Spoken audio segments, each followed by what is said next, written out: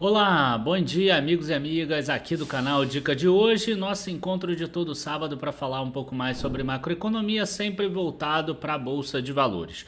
A gente passou as últimas 4, 5 semanas falando bastante sobre questão de Brasil, questão de juros, inflação, quais as perspectivas para os próximos anos e tudo mais, a questão que ficou mais deteriorada por causa do cenário fiscal e nesse momento agora eu acho que vale, até porque terminou os resultados do terceiro trimestre, voltar a ver um pouco mais as ações. Então o que eu vou fazer hoje? A gente vai ver os impactos reais do que está acontecendo em relação à economia em si dentro dos resultados das empresas. Vamos ver se os resultados, se os lucros das empresas subiram ou caíram nesse terceiro trimestre de 2022 em relação ao trimestre passado e em relação ao ano passado, o terceiro trimestre do ano passado. Então fiquem com a gente. Muitas surpresas aqui para você nesse vídeo de hoje, com certeza você vai gostar, mas enquanto isso, enquanto passa a vinheta, não deixe de curtir o vídeo, se inscrever no canal e deixar ali embaixo seu comentário também.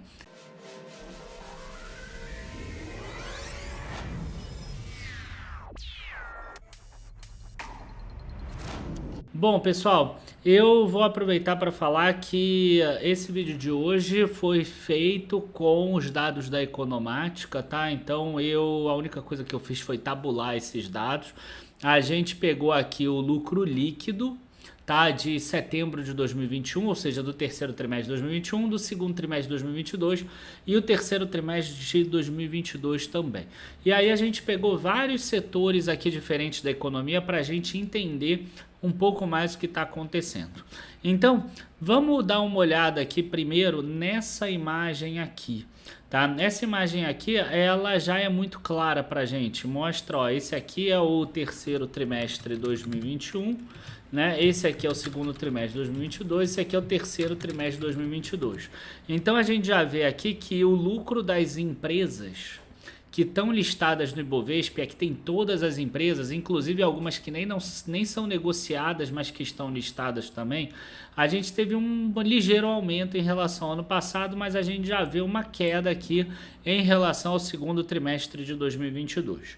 Tá? Se a gente pega aqui e coloca classificado maior para o menor aqui, a gente consegue ver que a ação que mais teve alta aqui foi a Suzano, né, em termos de lucro, porque subiu 3.000% em relação ao segundo trimestre de 2022. Depois foi Semig, ó, tem aqui Cora Saúde, tem algumas empresas que às vezes nem têm liquidez, às vezes nem são negociadas em si, mas elas já têm a listagem.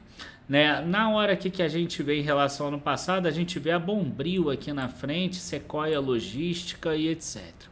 Tá? Então é só para você ver que a gente pega muitas empresas, mas quais foram os maiores lucros da Bolsa, porque aí a gente vai começar a entrar em empresas mais conhecidas. Os maiores lucros da Bolsa foram exatamente em Petrobras e em Vale. Depois vem Banco do Brasil, Itaú, Suzano, Bradesco, JBS, fechando o top 7 aqui. Tá? Então a gente vê que a Bolsa teve 148 bilhões de reais de lucro. Só que a Petrobras e a Vale somadas foi 69 bilhões. Então, quando você pega o 148 e exclui 69, você vê um resultado que, na verdade, né, é ali em torno de 79 bilhões. Quando a gente pega o segundo trimestre, 162 bilhões, e a gente tira aqui 84, né? Então a gente pega 162 menos 80 dá 82, menos 4 dá 78. Então você vê que inclusive teve algum retorno positivo quando a gente pega esse terceiro trimestre com relação ao segundo trimestre, se a gente excluir Petrobras e Vale. Tá? Então esse é o ponto que agora eu quero pegar nos próximos slides. Então eu vou pegar uns 100 Petrobras e Vale, vou pegar uns 100 os bancos e seguradoras, né? Porque aqui a Economática junta os dois. Eu vou pegar um só de comércio e construção. Bom, então é isso que eu quero pegar daqui para frente. Eu quero pegar o quê? Eu quero pegar uma planilha, o que aconteceu sem Petrobras e Vale, uma planilha, o que aconteceria sem os bancos, mas com Petrobras e Vale, uma planilha só com comércio e construção para a gente ver como é que está a demanda e os lucros das empresas que vendem exclusivamente aqui para o cenário interno. né? Porque o mercado interno ele é muito suscetível a mudanças do endividamento da população, questão de taxa de juros, financiamento imobiliário, financiamento daquelas financeiras que tem dentro das empresas, né? Da C&A, do Carrefour, da Lojas Renner, da Guararapes, etc. Um só de utilities, tá? E um eu vou pegar só bancos e seguros. Então vamos dar uma olhada agora nos lucros, né? Lembrando aqui, a gente teve 146, 162 e 148. Quando a gente tira a Petrobras e Vale, a gente acaba tendo uma redução, obviamente, mas a gente já vê aqui 95, 78, 79. Olha só que interessante, né? Quando a gente pega o período todo, a gente vê que subiu em relação ao ano passado e caiu em relação ao segundo trimestre. Quando a gente tira a Petrobras e Vale, subiu em relação ao segundo trimestre e caiu em relação ao ano passado. Então isso aqui já mostra uma certa desaceleração da economia, ou como eu gosto de dizer, né, o impacto maior dos juros na dívida das empresas. Então as empresas estão pagando mais despesa financeira e aí está caindo. Só que melhorou em relação ao segundo trimestre. Ou seja, elas já estão conseguindo repassar alguma coisa de custos. Mas elas não estão conseguindo repassar um pouco de custo em todos os setores. Quando a gente vem para comércio e construção, a gente vê uma lástima. Né? Era 4 bilhões o lucro no ano passado, aí caiu para 2.400 no segundo trimestre, no terceiro trimestre foi só 928 milhões. Inclusive aqui a gente tem diversas empresas, né? Começando aqui da linha 17 e indo até a linha 92, né? Então a gente está falando de 76 empresas, e a gente vê que o maior lucro aqui foi do Carrefour, 323 milhões. A gente, se pegar aqui todas as empresas, ó, a gente teve 49 empresas que tiveram lucro e a gente teve praticamente a metade aqui, não, até menos, 27 empresas que tiveram prejuízo já nesse trimestre. A grande maioria das empresas teve redução do lucro aqui, ó. A gente vê que pouquíssimas as empresas que conseguiram se manter com alta de lucro. Foram 30 das 76 aqui que conseguiram aumentar o lucro em relação ao ano passado. A principal delas, Infracommerce e FCM aqui. Tá? Então, esses aqui são dados que são importantes da gente ver. Por quê? Porque a gente vê que teve uma queda muito forte, muito expressiva dos lucros de comércio e construção. Aí eu pergunto para você, quais foram as empresas que vocês viram que mais caíram aí no último ano? Não foram aquelas empresas de construção, não foi empresa tipo igual Magalu, igual Via Varejo também, que a gente está falando de comércio, às vezes até uma Renner, por exemplo. Então poucas foram as empresas que conseguiram. Quem ainda tem lucros altos aqui? Né? Quem ainda tem lucros altos? Carrefour, Cirela, Grupo Mateus, Açaí, Lojas Renner. Até me surpreende o Grupo Mateus ter mais lucro do que o Açaí, por exemplo. Mas enfim, a gente vê aqui que o Grupo Mateus está conseguindo subir lucro, enquanto o Carrefour e a Açaí estão caindo lucro. Isso me chama muita atenção, por exemplo. Tá? E ano passado a gente vai ver que os maiores lucros também era parecido, mas você vê que já entra uma Natura aqui que virou de lucro para prejuízo, por exemplo. Tá? Já tem uma C&A que virou de lucro para prejuízo, já tem uma Americanas que virou de lucro para prejuízo. A gente vê muitas empresas que viraram de lucro para prejuízo. E algumas delas, ó, igual a Centauro aqui, que é o grupo SBF, saiu de lucro, ainda não é prejuízo, mas é um lucro mínimo de 14 milhões, por exemplo. Então o cenário interno do Brasil está sentindo e está sentindo forte. Tá? E aí a gente aqui não está recomendando, aí você tira as suas conclusões, se vai piorar mais ou se esse já é um ponto maravilhoso de compra, já que caiu muito. Aí é contigo. E aí eu vou pegar aqui agora só bancos, por exemplo. Só bancos a gente já vê o inverso, a gente vê um cenário de melhora aqui.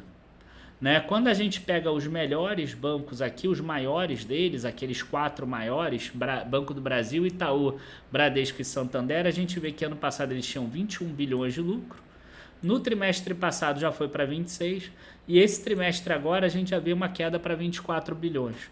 Quando a gente olha aqui os resultados, a gente vai ver que Banco do Brasil e Itaú subiram 6% cada um em relação ao segundo trimestre. Santander e Bradesco caíram 26% e 24%. Você vai ver que até o BTG aqui subiu 6% também, acompanhando o Banco do Brasil e Itaú. Por quê? porque a carteira do Bradesco e do Santander estão mais voltadas para pessoa física, cheque especial, cartão de crédito, aquele rotativo do cartão, pequenas e microempresas, que aí acabam sendo empresas de comércio, por exemplo. Então eles são impactados exatamente por essa queda de lucro do comércio e construção, que está sendo impactada pela redução de consumo das próprias pessoas aqui, porque perderam muito poder de compra. Enquanto isso, a gente vê um Itaú e um Banco do Brasil que já estão mais voltados, às vezes, né, o Banco do Brasil para um crédito do agronegócio, para grandes empresas, por exemplo. E aí grandes empresas, às vezes, é uma empresa exportadora que não sofreu tanto. Então o Itaú e o Banco do Brasil conseguiram passar um pouco melhor por essa crise. Claro que aumentou a inadimplência também, a provisão de devedores duvidosos, mas aumentou o juro, então aumentou também a margem financeira dessas empresas. Né? Aumentou pelo menos a receita de intermediação financeira. E aí a gente pode passar para outra aqui que eu gosto, utilities, por exemplo, que são empresas de energia elétrica e telecomunicações. Eu queria ter botado saneamento também, mas a Economática coloca saneamento como outros, né? Então a Sanepar, a Copasa, a Sabesp, a Egea, que não é listada, mas já tem relatórios publicados, e outras empresas do ramo aí, elas entram como outros, então eu não consegui aqui. Então, energia elétrica e telecomunicações, a gente vê também uma queda direta, de 14 para 11 para 10 bilhões. Né? Então é algo que também é interessante. Quem é o maior lucro desse tipo de empresa aqui? Neoenergia. É uma das empresas que mais caíram, por exemplo, na bolsa. Inclusive, ela é uma das que subiram lucro. Poucas empresas conseguiram subir lucro nesse último período, mas ela é uma das que subiram, mesmo assim o mercado bate. Tá? Telefônica, por exemplo, também conseguindo subir lucro. E o mercado bate, caiu lá de 51 para 38. Então é interessante a gente ver algumas distorções que aparecem nessas tabelas. Quem quiser depois do vídeo, para o vídeo com calma, tenta analisar essas distorções, principalmente nessas primeiras. Enquanto isso, o negativo aqui foi exatamente, na minha visão, pelo menos Equatorial. A Equatorial tinha um lucro aqui de 1 bilhão e 400, teria que ver se teve algum não recorrente no ano passado, mas a gente vê aqui um prejuízo no trimestre passado e agora um lucro de 504 milhões. Tem que ver se teve não recorrente, não é uma ação que eu acompanho tanto, mas de cara aqui pelo número me mostra um número que não seria tão bom assim. E por fim a gente pega aqui 100 bancos, né? Ou seja, todas as empresas, incluindo Petro e Vale, mas excluindo os bancos. E aí a gente vê um cenário muito parecido com esse contudo, né? A gente vê uma queda forte em relação ao segundo trimestre e nesse caso aqui uma queda em relação ao terceiro trimestre do ano passado, porque a gente viu que bancos e seguradoras cresceram muito o lucro em relação ao ano passado. Então assim, a primeira conclusão desse vídeo de hoje, porque a gente ainda vai continuar e vai ver mais algumas coisas, é o seguinte, subiu muito o juro. E já era esperado e a gente cansou de falar isso ano passado. Bancos e seguradoras vão acabar ganhando dinheiro e as empresas de consumo interno vão acabar piorando, comércio e construção. Né? A Vale e a Petrobras, a gente já vê que começa a cair o lucro das duas empresas. Então a gente já fica aí um pouco de olho nas commodities também para baixo. Tá? E o lucro do Brasil acaba que a gente percebe que está tendo uma redução. Essa redução de lucro deve acabar gerando arrecadações menores, inclusive para o governo federal. Mas isso tudo que a gente analisou é passado. E o futuro? Né? O futuro ainda não existem dados, então a gente não tem como analisar o futuro com dados concretos. O que a gente pode pegar são expectativas. Né? E quando a gente pega expectativas aqui, eu gosto muito de usar o índice de confiança do empresário, nesse caso aqui o industrial. Por que o industrial? Porque o industrial, cara, é aquele cara que produz máquinas e equipamentos, que vai para a construção, vai para o comércio, vai para outra indústria. Ele produz também os próprios produtos industriais que vão acabar chegando às vezes até a gente mesmo, consumidor final, mas às vezes para uma outra empresa que ela vai usar essa máquina para poder fazer o produto dela, e às vezes é um alimento, às vezes é uma exportação. Então eu acho que vê muito bem o índice de confiança do empresário industrial. Esse índice de confiança do empresário industrial é dividido em duas partes: índice de condições atuais e o índice de expectativas. Se você olhar, você vai ver que o empresário brasileiro é um cara muito positivo, ele é muito otimista, até meio contrário ao internacional. Você vai ver que grande parte do período ele está aqui azul. Sempre que está acima de 50 é que o cara está com uma boa expectativa, ele está com uma expectativa positiva. E aqui é condições atuais, né? Então, quer dizer, o cara foi muito mais otimista ao longo do tempo do que realmente aconteceu. E a gente vê agora uma inversão. A gente vê que o índice de confiança atual, o índice de condição atual é 53 pontos. E o índice de expectativa é 51. Os dois ainda estão positivos. Mas essa queda aqui, ó, me chamou muita atenção. Quer dizer, o empresário industrial ele vinha otimista com uma expectativa boa e exatamente no último mês, aí outubro e novembro, outubro caiu esse pouquinho aqui, em novembro o restante, a gente vê essa queda bastante forte. As condições atuais ainda não pioraram, mas o empresário ele já está com um sinal aqui que muito provavelmente vai cair mais aqui, ele vai virar para o pessimismo. Aqui cabe uma pausa para a gente falar o seguinte: o que acontece quando a expectativa do empresário é negativa? Ele para de investir. E quando ele para de investir, acontece uma coisa que é boa e uma coisa que é ruim. A coisa que é boa é o seguinte: ele passa a investir, não é que ele para 100% de investir, ele passa a investir só em projetos que ele tem muita certeza, ou seja, que vai ter uma taxa de retorno muito alta. Então isso normalmente protege o caixa e ainda vai gerar lucros futuros maiores. Agora, qual é o lado negativo? O lado negativo é que, se ele não fizer tantos investimentos, acaba gerando um desemprego natural, ele acaba produzindo menos, e aí você oferta menos produto no mercado. Se a demanda não cair, você tem inflação. Tá? Mas é muito provável que a demanda caia. A gente já está vendo que a demanda está retroagindo, até porque o juro subiu muito. Tá? Então eu acredito que acontece mais a primeira questão. Então eu acredito que isso vai ser até positivo para as empresas gerarem mais lucro nos próximos anos. Ou seja, segura um pouco o investimento agora, faz só aqueles investimentos que são muito bons, que tem uma taxa de atratividade absurdamente grande, e aí você recupera depois. Para vocês terem uma ideia, olha só o índice de expectativa quando ficou negativo, e muito provavelmente no próximo mês a gente vai ver ele negativo. Por isso que eu já estou falando. Ele ficou negativo aqui, ó, em novembro de 2015, e ele ficou negativo aqui, ó, mais ou menos no meio de 2020, né? Que aqui é novembro de 2019, aqui é novembro de 2020, aqui é exatamente quando foi o surto ali do Covid. Aí eu te convido a verificar o que aconteceu na Bolsa no período posterior a isso. Tá? É claro que esse dado aqui de expectativa, ele ainda deve cair. Ele vai cair aqui, aí ele pode ficar baixo aqui por um tempo e depois ele sobe. Ele pode cair aqui e subir direto, igual aconteceu aqui no Covid. Mas a questão é a seguinte: quando você tem essa melhora aqui, normalmente a alta da bolsa é absurdamente grande, tá? Por isso que eu falo para vocês, eu convido vocês a verem qual foi o retorno do índice Bovespa. Então o índice de expectativa ruim, a princípio, traz aquelas notícias péssimas, mas ela traz escondida também uma oportunidade. Por quê? Porque cai a oferta de produto e chega um determinado momento que aquela empresa que se preparou melhor, ela vai ver que a demanda em algum momento recupera e ela precisa oferecer esses produtos. Então ela volta a investir. O empresário ele volta a ter uma expectativa boa, ele consegue repassar aquele custo que estava represado. E aí ele começa a lucrar mais. Tá? Então eu volto a dizer para vocês, tá? O cenário atual parece ruim, mas é um daqueles cenários que ele traz muita oportunidade.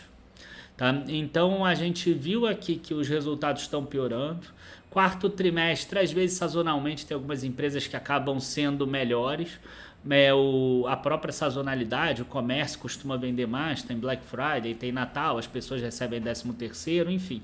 Já tem uma sazonalidade naturalmente que faz eles crescerem lucro, mas ainda deve vir um trimestre ruim. Talvez o primeiro trimestre de 2023 também seja ruim, Mas à medida que a expectativa for melhorando, e é muito plausível que isso aconteça, à medida que o mercado comece a precificar a queda de juros, e eu acho também que isso vai acontecer, a gente vai ver uma disparada de ativos da Bolsa de Valores.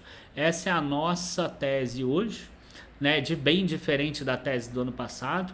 Então eu acredito que na hora que a gente vê esses cenários muito ruins, é onde a gente tem a oportunidade. Lembrando sempre que bolsa não é um investimento que você deveria fazer para curto prazo, porque por mais que as coisas às vezes se repitam em relação ao passado, sempre tem algumas diferenças, e aí a gente sempre pede aquele prazo em torno de 5 anos, pelo menos. Eu não acho que você deveria botar nenhum dinheiro que você vai precisar em menos de 5 anos na bolsa. Mas, por outro lado, eu acho que você deve criar uma forma de manter um investimento corriqueiro, constante, consistente em bolsa de valores para exatamente você conseguir acumular dinheiro no longo prazo. Enfim, gente, cenário atual muito difícil, mas são esses cenários que escondem oportunidades. Abraços, bons investimentos e até a próxima. Tchau, tchau, pessoal.